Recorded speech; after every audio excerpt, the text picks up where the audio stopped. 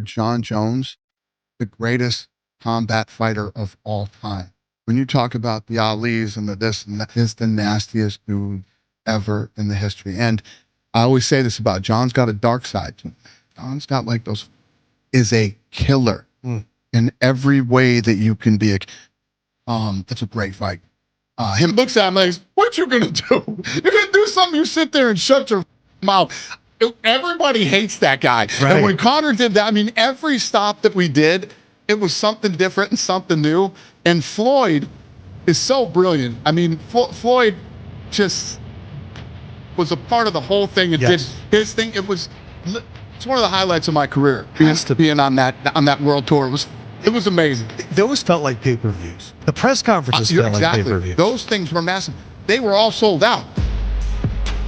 Jon Jones is 6'4" with an 84.5-inch reach. His style is a perfect storm of size, technique, and fight IQ. Spinning elbows, oblique kicks, clinch control, wrestling, all combined with lightning-fast adaptation. Step into a room with him and you face a relentless machine capable of punishing mistakes in a split second. He's faced the best in UFC history and emerged undefeated, untouched. But today, we're imagining something different. Legends from boxing, MMA, wrestling, and kickboxing all in the same room with no rules. Who could survive? How long could they last? And who comes closest to challenging the untouchable? At the very end, there is one fighter who might push him like no one else, and you will want to see exactly how far he goes. First up, Jon Jones versus George St. Pierre. GSP is known for precision, wrestling, and fight IQ. Step into a room with Jon Jones and all those skills are put to the ultimate test. GSP moves methodically, testing Jones's reactions, throwing quick jabs and looking for openings. Jones adapts instantly, counters with short elbows, knees, and creative strikes that keep GSP guessing. The sprawling and leverage make every attempt futile. Despite his legendary technique and intelligence, GSP is overwhelmed by reach, power, and timing. He survives roughly 2 minutes and 30 seconds before Jones establishes complete dominance. Every punch, elbow, and kick lands with precision, and GSP is forced to concede the room. Next up, Jon Jones versus Brock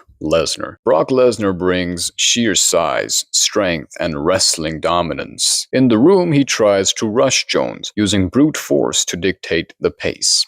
Jones moves with intelligence, evading attacks, landing precise knees and elbows, and constantly keeping Lesnar off balance. Every takedown attempt is defended, every swing is countered. Even with his incredible power, Lesnar cannot control the space. Jones adapts to his every move, exploiting openings with technique and timing. Lesnar survives roughly 3 minutes and 15 seconds, but by the end it's clear that raw strength alone cannot overcome precision, reach, and fight IQ. Jon Jones versus Mike Tyson. Mike Tyson, legendary knockout artist, brings explosive speed and devastating power. The first few seconds he lands light, clean shots, trying to finish it early. Jones uses distance, timing, and movement to evade and counter, landing knees and short-range strikes. Tyson swings desperately, but Jones's adaptability keeps him safe. Even the fastest, hardest-hitting boxer cannot connect decisively. Jones controls the flow, cornering Tyson and punishing mistakes. Tyson survives roughly 1 minute and 50 seconds, but he exits battered and frustrated. In the room with Jones, raw power is not enough. Jon Jones versus Muhammad Ali. Muhammad Ali, the master of speed, footwork, and intelligence. He dances around, jabs, and angles, but Jones's reach and creative strikes keep him at bay. Ali lands sharp combinations, but Jones counters with knees, elbows, and positional control. Ali's legendary reflexes and anticipation prolong his survival, but Jones's adaptability ensures he dictates every exchange. Ali survives roughly 2 minutes and 10 seconds, testing Jones's timing and precision, but ultimately he cannot find an opening to dominate. Even the greatest boxer must bow to the perfect mix of size, technique, and fight IQ.